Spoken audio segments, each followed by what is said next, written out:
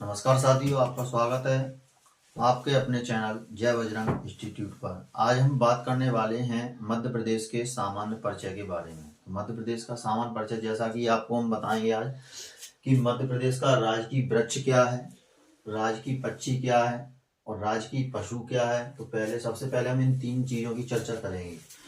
तो आपको क्या करना है, मान के चलिए ये एक पेड़ है। क्या है? एक पेड़ है और ये पेड़ किसका है? बरगद का पेड़ है। और इस बरगद के पेड़ पर कौन बैठा है? पक्षी बैठते हैं। तो कोई ना कोई पक्षी बैठते हैं और नीचे कोई ना कोई पशु विचरण करते हैं। तो इन तीनों को याद करने का सिर्फ आपको दिमाग में ये पेड़ रखना है। तो पेड़ कौन सा है? राजकीय वृक्ष कौन सा है? बट वृक्ष है, बरगद वृक्ष है। इसको अपन बड़ वृक्ष या बरगद वृक्ष भी कहते हैं और यह मध्य प्रदेश में सामान्यतः हर जगह पाया जाता है। अगर हम बात करें पक्षी की, तो पक्षी कौन सा है? दूधराज है, शाहबुलबुल है या हुसैनी के नाम से भी इसको जानते हैं। और मध्य प्रदेश के राजकीय पशु की यदि हम बात करें तो है ब्रैडली प्रजाति का है, 12 सिंगा है, जिसके सींगों की संख्या 12 होती है। अब तीनों देखिए कैसे अपन याद करेंगे इनको। वृक्ष है, वृक्ष पर पक्षी बैठे हैं, ठीक है, और नीचे अपना पशु विचरण कर रहा है। और ये तीनों ही मध्य प्रदेश की 25वीं वर्षगांठ यानी कि 1 नवंबर 1981 को घोषित किए गए थे। तो यहां पर अपन क्या लिखेंगे? बरगद या बट वृक्ष,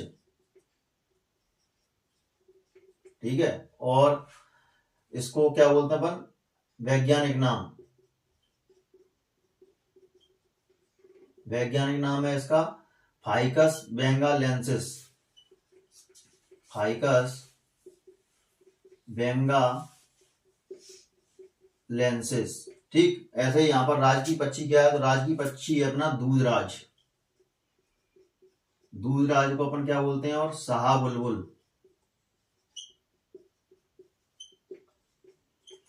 ठीक है। शाहबुलबुल या हुसैनी के नाम से भी इसको हम जानते हैं। और इसका वैज्ञानिक नाम क्या है? तो इसका वैज्ञानिक नाम है तुम्हारा पैराडाइस फ्लाई कैचर।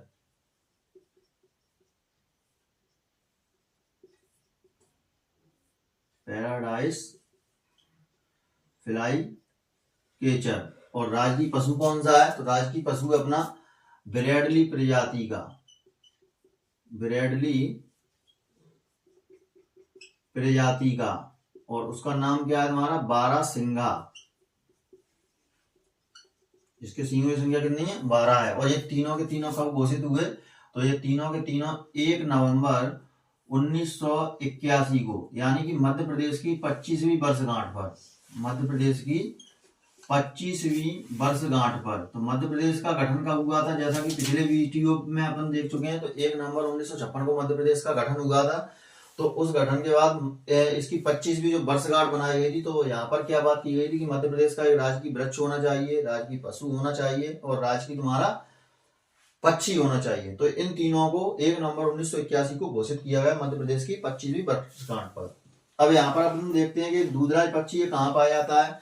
तो यह धार में सरदारपुर अभ्यारण्य है और रतलाम में सैलान अभ्यारण्य है, उसमें इस पक्षी को हम अक्सर देखने को ये हमको मिल जाता है। और जो राजकीय पशु है हमारा 12 सिंगा, ये कहाँ पाया जाता है? तो यह मध्य प्रदेश में मंडला और बालाघाट में कान्हा किसली नामक राष्ट्रीय उद्यान है, वहां पर ये पाया जाता है बहुतायत में। और सबसे पहले ये यहीं पर देखा गया था और इसी वजह से इसको यहाँ पर राजकीय पशु घोषित कर दिया गया है। इसके बाद है हमारी मध्य प्रदेश की राजकीय मछली। तो राजकीय मछली का नाम है महासीर। क्या नाम है? महासीर है। और इसका वैज्ञानिक नाम अगर हम बात करें तो इसका वैज्ञानिक नाम है पुटीटोरा। टोर पुटीटोरा, टोर पुटीटोरा। अब ये कब घोषित हुई? तो इसको देखिए, याद करने की ट्रिक क्या है? टोर एक बार यहाँ लिखा है, टोर एक बार यहाँ लिखा है, तो अपन ने क्या लिख लिया? टोर 2 बार लिखा है, तो एक बार लिख लिया। तो एक मिलकर दोनों कितने हो गए? ये 11। तो 11 के पहले अपन जोड़ दो 20। तो ये कब घोषित हुई? 2011 में घोषित हुई। और तारीख क्या थी इसकी? 26 सितंबर 2011 में मध्य प्रदेश की राजकीय मछली टोर पुटीटोरा को घोषित किया गया। इसके बाद बात कर लेते हैं हम कि मध्य प्रदेश की राजभाषा क्या है। तो मध्य प्रदेश की राजभाषा हमारी हिंदी है। मध्य प्रदेश की राजभाषा क्या है?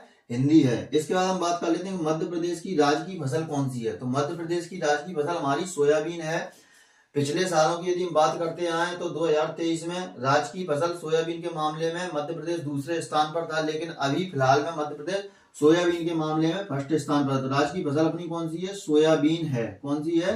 सोयाबीन है। और इसके अगर वैज्ञानिक नाम की हम बात करें तो इसका वैज्ञानिक नाम है ग्लाइसिन मैक्स। इसका वैज्ञानिक नाम है, क्या नाम है? Glycine max.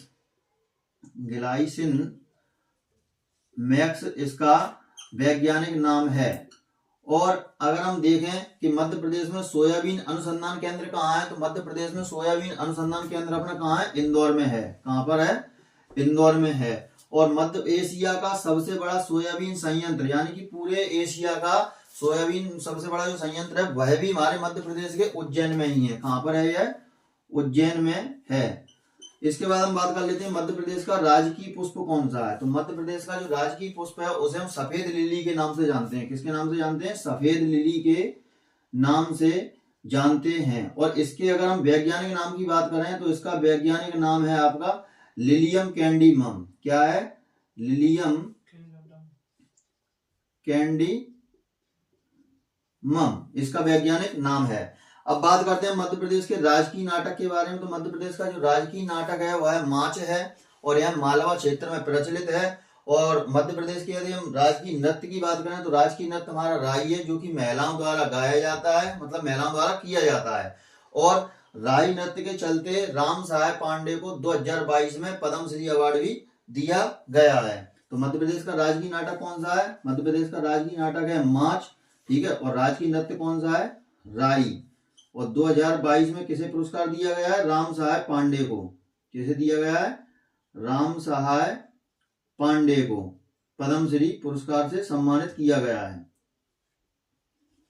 ठीक। अब इसके बाद हम बात कर लेते हैं कि मध्य प्रदेश का अधिकांश भूभाग कैसा है। तो मध्य प्रदेश में ज्यादातर क्या है? हमको पर्वत, पठार, पहाड़ियां देखने को मिलती हैं। तो राज्य पूरा अधिकांश भूभाग कैसा है?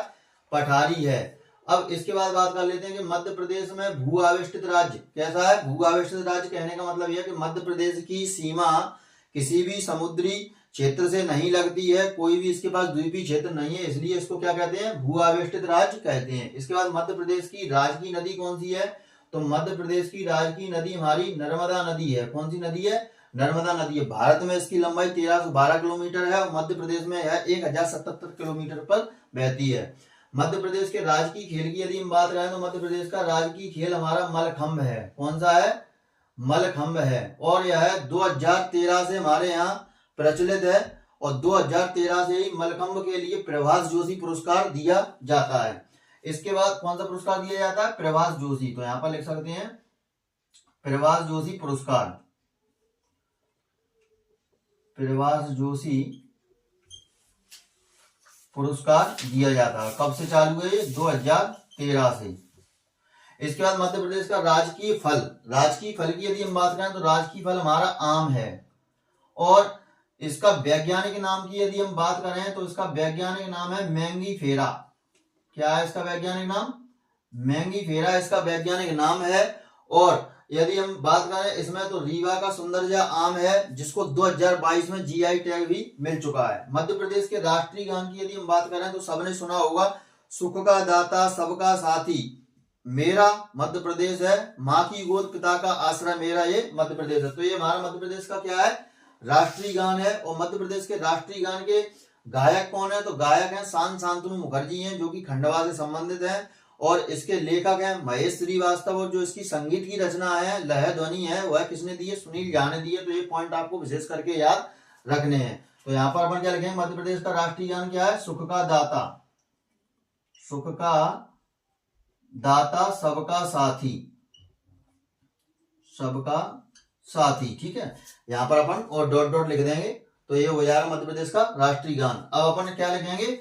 इसके लेखक, लेखक कौन है इसके? महेश श्रीवास्तव, महेश श्रीवास्तव। और गायक कौन है? गायक है शांत शांतनु मुखर्जी, शांत शांतनु मुखर्जी। और संगीत रचना किसने दी है? संगीत रचना के हैं अपने सुनील झा। संगीत रचना किसने दी है? सुनील झा ने दी है। इसके बाद मध्य प्रदेश का नामकरण मध्य प्रदेश किसने दिया है, तो पंडित जवाहरलाल नेहरू, जो कि हमारे पहले प्रधानमंत्री हैं। तो क्या लिखेंगे, JL नेहरू ने, JL नेहरू ने।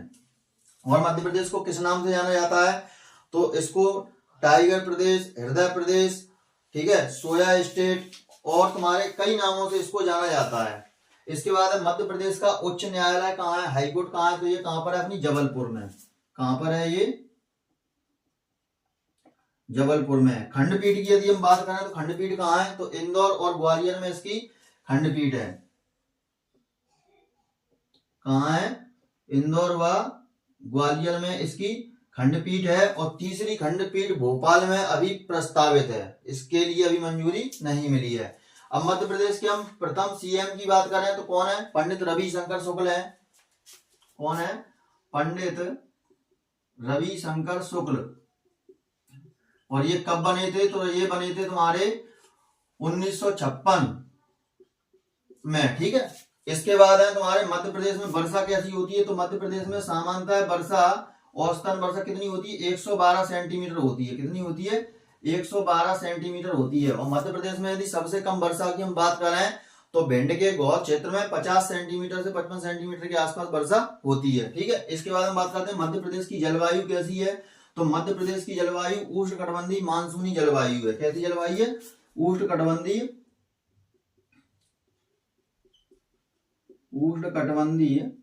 मानसूनी जलवायु। इसके बाद मध्य प्रदेश में कर्क रेखा बात करें तो मध्य प्रदेश में कर्क रेखा हमारे 14 जिलों से होकर गुजरती है। कितने जिलों से, 14 जिलों से। और 14 जिले कौन कौन से हैं, ट्रिक है उसकी, रघुआ, रासा, भमरासी, दमदम, कटनी, उमरासा, ठीक है। ट्रिक के लिए अगर अपन मैप भरना सिखाएंगे तो उस वीडियो में आपको पूरा बताएंगे।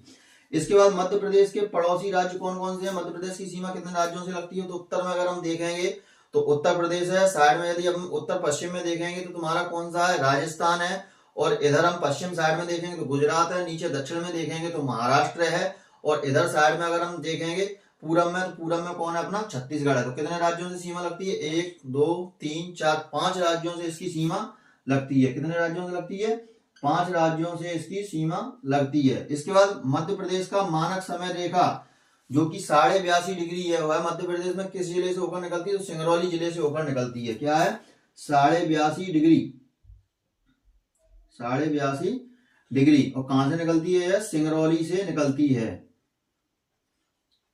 इसके बाद बात कर लेते हैं मध्य प्रदेश का क्षेत्रफल कितना है, तो मध्य प्रदेश का क्षेत्रफल आपका 308,252 वर्ग किलोमीटर है। कितना है, 308,252 वर्ग किलोमीटर मध्य प्रदेश का क्षेत्रफल है। इसके बाद आप देख रहे होंगे ये मध्य प्रदेश का राजकीय चिन्ह है। और इस मध्य प्रदेश के राजकीय चिन्ह में इसके ऊपर की तरफ अपन आकृति देखेंगे तो यहाँ पर 24 स्तूपों की आकृति है। जब आप इन स्तूपों को गिनेंगे तो ये 24 है। और इसके अंदर एक वृत्त है और उस वृत्त में ऊपर की ओर मध्य प्रदेश शासन लिखा हुआ है और नीचे की तरफ सत्यमेव जयते लिखा हुआ है।